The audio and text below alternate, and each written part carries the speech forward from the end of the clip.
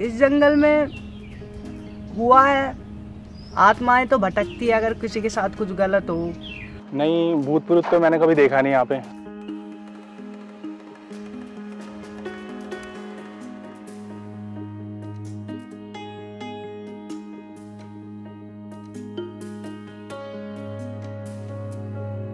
The forest is obviously a hub of natural vegetation, so there have been new initiatives of planting new trees.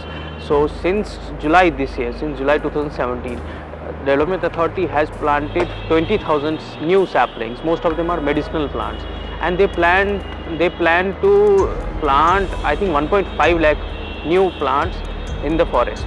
Apart from that, there are other attractions also. One of the attractions is there are some rocks which were like lying unattended for years. Now the authority has developed them as selfie spots. So this forest was not being, people would not go to this forest because of so many myths associated with it. So one of the myths was that there is a graveyard just in the backyard of the forest, and there's a 14th century saint. His name was Sheikh Shahabuddin Ashkullah. He's buried there. So there are many ghost stories. One of them is that this saint wakes up in the night. Somebody, lights up the path, and he wakes up in the night and walks along the path. And there is another crematorium nearby, and there is another angle to the myths is that so many unclaimed bodies have been found. So because of these many myths, people would associate with this forest with ghost stories and would not go there. Nobody used to come inside. They used to call it a haunted forest. Why was that? Why was that? Because there were a lot of people who never wanted anybody to come inside. All the Charsis, all these people who drink, all bad element. So they scare the people, don't come in the evening, यहाँ पे चुड़ैल आती है.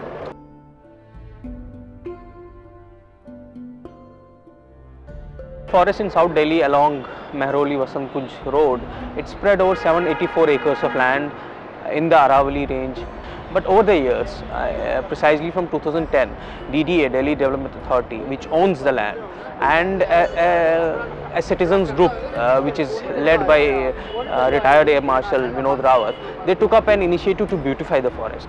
So they have sort of beautified it, and they have converted it into a place where people can go and visit and spend time, especially nature lovers. So what was happening was there that government ने acquire तो कर ली, but they didn't know what to do it.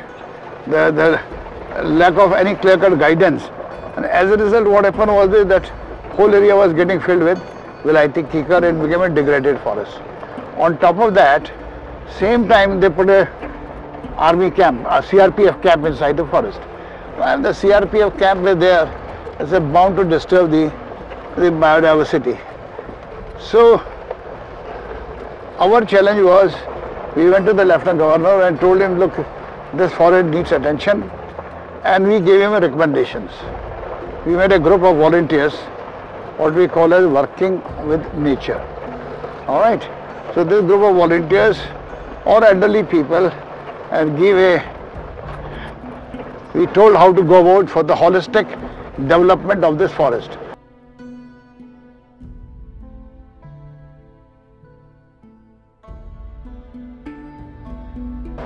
What we need is for the birds hatching places, hatching grounds, where there should be water, there should be vegetation, and they are not disturbed. You just see this whole area, यहाँ पे disturb ना होए.